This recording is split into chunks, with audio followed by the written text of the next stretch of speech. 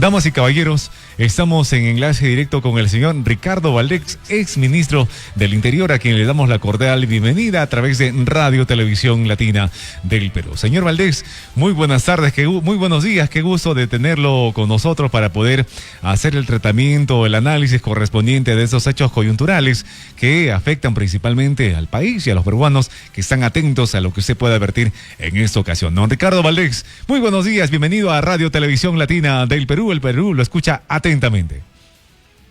Muy buenos días, Manuel. Muchísimas gracias. Buenos días con toda su audiencia. Muy bien, don Ricardo Valdés, usted tiene una experiencia en temas de gestión gubernamental. ¿Cuál es su lectura respecto a este hecho por el cual está atravesando el país en medio de este tránsito? Mañana, por ejemplo, en la comisión pertinente del Congreso de la República, los padres de la patria realizarán el juicio político al presidente de la República, por el cual podría ser declarado su vacancia. Estas implicancias seguramente es también de preocupación de la población por cuando estamos en esta turbulencia política que traerá consecuencias inmediatas. ¿Cuál es su parecer al respecto? ¿Cuál es su lectura política de toda esta coyuntura, la cual vamos a tratar a continuación, don Ricardo Valdés? Las cosas se están moviendo con bastante rapidez y de una manera muy crítica. Hace pocos días, en realidad, cuando se presentó la vacancia y con los 72 votos que la autorizaron, no se tenía conocimiento de los siguientes nombramientos que iba a hacer el presidente, cargos tan importantes como la DINI, el Ministerio de Defensa o el Viceministerio de Gobernanza, que han sido todos, obviamente, cambios muy criticados por lo que eso significa en términos del mensaje político que ha dado el presidente Castillo en torno a su situación, digamos, de la situación política, ¿no?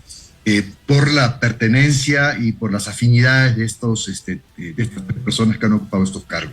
Esto por un lado, pero por otra parte, desde ayer por la noche y de temprano, se vienen conociendo las versiones de quien fue el director de inteligencia, Fernández Latorre, que realmente ha conmocionado todas las audiencias y todos los medios de comunicación desde muy temprano, en tanto que él está señalando ya inclusive con la posible entrega de pruebas al Ministerio Público de actos que estarían corroborando que el presidente había incurrido en delitos ya comprobados.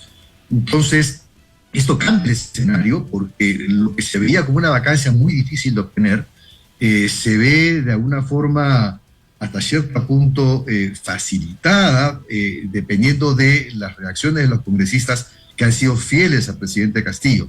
Sin embargo, hay dos hechos importantes que creo que pueden inclinar la balanza hacia la vacancia. Por un lado, la negativa de los congresistas de Perú Libre a asistir a las reuniones con la primera ministra, y por otra parte, el hecho que la primera, digamos, la vicepresidenta, la señora Dina Boluarte, haya salido bien del problema que tenía con respecto a la acusación constitucional. Y eso obviamente podría generarle una ruta democrática en términos de que sí tendríamos a alguien que podría reemplazar al presidente Castillo tal como manda la Constitución. Creo que todo esto, digo, es una lectura que se mueve, digamos, hora a hora, momento a momento, podría estar impulsando, creo yo, una posible vacancia del presidente Castillo. Precisamente, don Ricardo, al parecer todo indica que el orden sucesorio, de acuerdo al mandato constitucional, ya se estaría preparando en el interior del Congreso de la República. Para todos ha sido sorpresivo que luego de que la comisión correspondiente del Congreso de la República haya emitido estos fundamentos, se haya sometido a votación y finalmente Dina Boluarte haya sido liberada, por decirlo de esa forma coloquial, de ese proceso en el cual estuvo inmersa desde hace mucho tiempo. También usted lo acaba de indicar, ¿no?, que una parte de este grupo parlamentario de Perú Libre se ha denegado, ha dado su postura de no reunirse con la primera ministra, en este caso, de acuerdo a la agenda que han programado, cuando todo hacía de suponer en fechas anteriores que esto seguiría un curso natural y que Perú Libre apoyaría decididamente al presidente de la República. Al parecer ya están haciendo un desliz correspondiente y aclarando los puntos respectivos. Por otra parte, don Ricardo Valdés, recientemente para muchos ha sido sorpresivo la asunción de un nuevo ministro de Defensa, el caso de Emilio Bobbio Rosas, quien ha sido cuestionado por un gran sector, digamos, de las bancadas parlamentarias, a razón de que tendría un apego muy crucial, muy determinante con el etnocacerista que recientemente ha salido de prisión y que sería también, digamos, un componente importante del actuar político del presidente Castillo. ¿Cuál es su parecer respecto a este caso? ¿Ha sido realmente una decisión apresurada o es que no hay cuadros políticos, técnicos para poder asumir o para poder promover a ciudadanos peruanos en esta carrera tan importante y tan sensible como es la cartera ministerial de defensa? ¿Cuál es su parecer, don Ricardo? Mi impresión es que el presidente Castillo requiere de apoyo político de diversas facciones. Se ha inclinado por facciones radicales como el antaurismo o como gente que proviene de las filas del Movadef. Y me refiero, por ejemplo, a otro general, Wilson Barran, que ha ocupado la Dirección Nacional de Inteligencia. Claro. O también está tratando de cerrar filas con otra tendencia, como es la que representa el señor Bermejo, y jalando al señor Raúl Noblecía como viceministro de Gobernanza. En este caso, al nombrar al general Bobbio, que ha sido jefe de gabinete de Ladini, como ministro de Defensa, le está obviamente abriendo también las puertas al antaurismo. ¿Por qué lo hace? Porque él requiere obviamente de bases políticas y tiene la impresión de que estas tres movidas, pegándose al antaurismo, pegándose a la gente del Movadef, que de alguna forma también está muy relacionada con la bancada magisterial en el Congreso, y pegándose a las bancadas que representa el señor Bermejo, podría estar salvando los votos relacionados con la vacancia. La respuesta que ha recibido por parte del serronismo a través de Perú Libre pone esta situación en entredicho y en duda, y habría que ver cómo reaccionan los demás. Creo yo que eso es lo que está detrás. La motivación que tiene el presidente de la República es salvar la vacancia, porque los procesos que tiene abiertos, las carpetas fiscales que tiene abiertas, mientras él sea presidente va a gozar de cierta inmunidad e impunidad. Por lo tanto, si perdiese esa posibilidad, entonces creo que él tiene obviamente un problema muy serio que va a tener que enfrentar en el plazo que determine si se procede o no procede la vacancia, o si procede o no procede el otro escenario, que es el escenario de la incapacidad temporal. Claro. Que es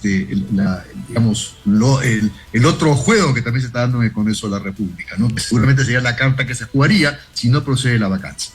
Claro. Entonces, por otro lado, digo que esta movida del presidente Castillo en todos estos nombramientos no hace más que corroborar de que en efecto su primera impresión y su primera intención con el acta del Consejo de Ministros era en efecto de cerrar el Congreso de la República. El acta del Consejo de Ministros, cuando estaba todavía el señor Torres como premier, no deja lugar a dudas de que ellos consideraban la denegación fáctica de la cuestión de confianza. Esto ya ha sido obviamente aclarado por el Tribunal Constitucional.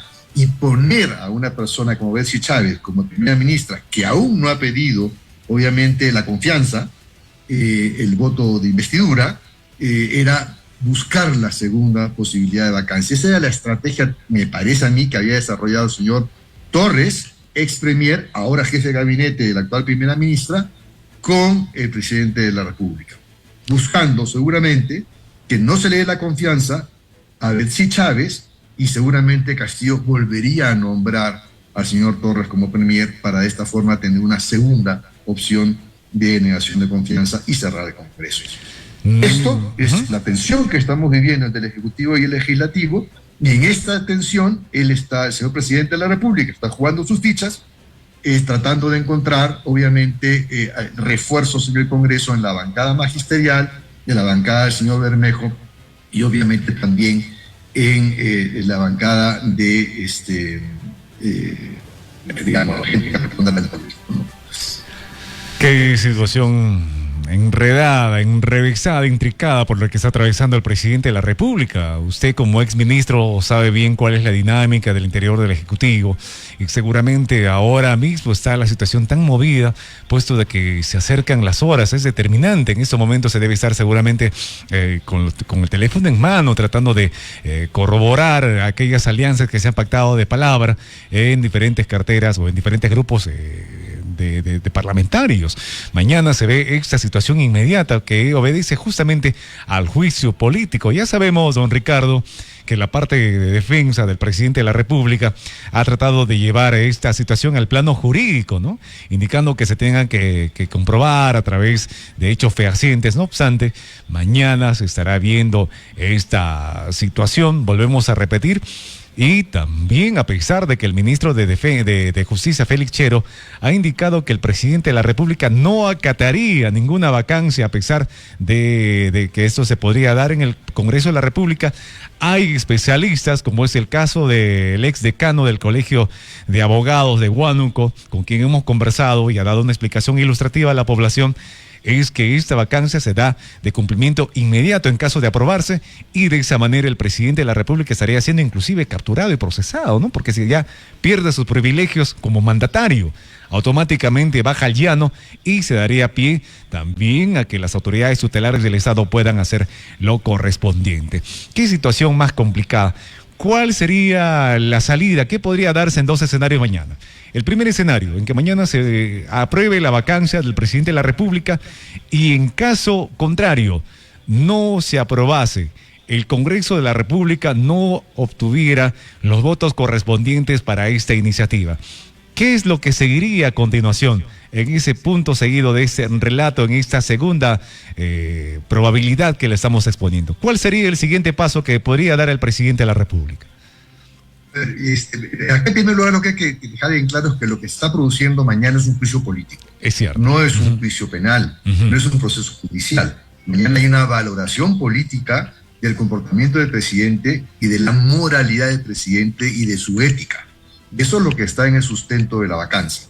El juicio penal vendrá después si es que la vacancia procede. Ahora es un juicio político, por lo tanto, serán los políticos los que tendrán que pronunciarse a través de sus votos en el Congreso de la República. Creo que si no se produce la vacancia, pero se reúnen más de 75 o 80 votos, pero no se consiguen los 87, hay un mensaje político muy fuerte y muy duro al presidente, es decirle, usted está en una condición sumamente precaria. ¿Qué es lo que quedaría en ese momento? Pues obviamente va a tener que ir la señora Betsy Chávez a pedir el voto de confianza y seguramente no se lo van a dar, con lo cual ya estaría la primera bala de plata, digamos, interpretando al Tribunal Constitucional, siendo disparada y gastada por el legislativo. Le quedaría una segunda presidenta de la República para intentar cerrar el Congreso. Seguramente esa segunda le daría a través de algún tipo de procedimiento que veremos cuál es. Pero por otra parte, el Congreso te va a jugar a la incapacidad temporal, es decir, al artículo 114 de la Constitución. Esta incapacidad temporal, hay algunos juristas que dicen que está definida para problemas médicos o algo así, pero la verdad es que la lectura llana, clara y precisa de la Constitución no toma como consideración esos atributos de que sea para temas médicos. Es más, el propio reglamento del Congreso tampoco desarrolla el artículo 114. Esa es la razón por la cual la Comisión de Constitución se ha reunido para darle contenido y para darle un procedimiento a la aplicación de la incapacidad temporal. Si esto ocurre, ya está definido que solamente se requerirán 66 votos para esa incapacidad temporal. Y creo que esos 66 votos sí existen. Y en ese caso, el señor presidente de la República tendría que dejar de serlo mientras resuelve sus temas legales, que creo que ahí va a tener problemas igual, y estaría obviamente ingresando la primera vicepresidenta a ocupar su cargo de manera temporal. Esos son los escenarios que yo veo que se estarían abriendo el día de mañana. Si procede la vacancia, pues tendrá que salir el presidente de la República. Lo que dice el ministro de Justicia no tiene asidero, la Constitución es muy clara. Y si no procede la vacancia, ahí entran dos juegos, entraría el voto de investidura y la cuestión de confianza con la Premier, y en segundo lugar estaría seguramente el Congreso jugando la incapacidad temporal. Qué situación más interesante, ¿no?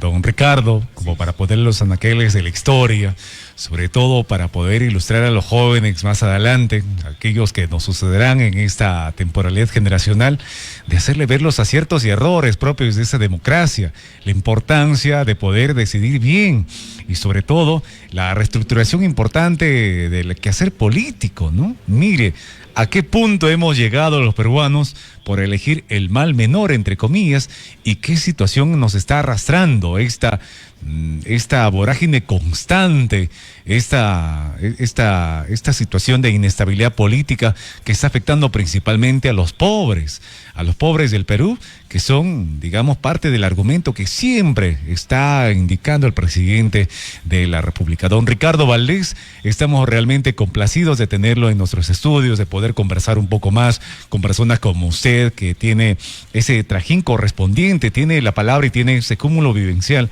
ese capital que a nosotros nos permite saber un poco más de esta dinámica política.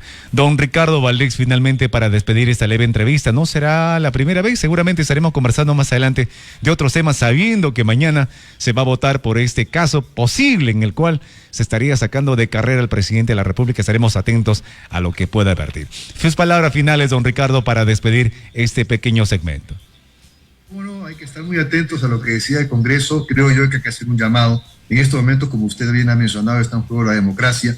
Creo que el presidente está jugando de manera muy peligrosa a exacerbar un poco el conflicto con los nombramientos que acaba de hacer. Creo que las declaraciones del ex director de la Dirección Nacional de Inteligencia son tremendamente comprometedoras para el presidente. Si había algún congresista que estaba dudando, que estaba requiriendo algún tipo de prueba, creo que justamente el señor Fernández de la Torre está entregándola en estos momentos al Ministerio Público. Así que, sin lugar a dudas, me parece que es muy importante un cambio a nivel de la presidencia y en ese sentido un llamado a los congresistas que aún tienen dudas de que hay un problema de tipo moral y ético en el presidente, para que realmente piensen, digamos, cómo van a votar el día de mañana. Así que ese sería un mensaje final. Y a la ciudadanía que recuerden siempre que es muy importante evaluar todos los escenarios antes de emitir un voto en todas las elecciones de las que participemos. Muy bien, don Ricardo Valdés, muchísimas gracias por estar con nosotros. Mañana estaremos muy atentos a este desenlace en este capítulo de la política sinuosa en el Perú. Muchas gracias, estuvo con nosotros don Ricardo Valdés, ex ministro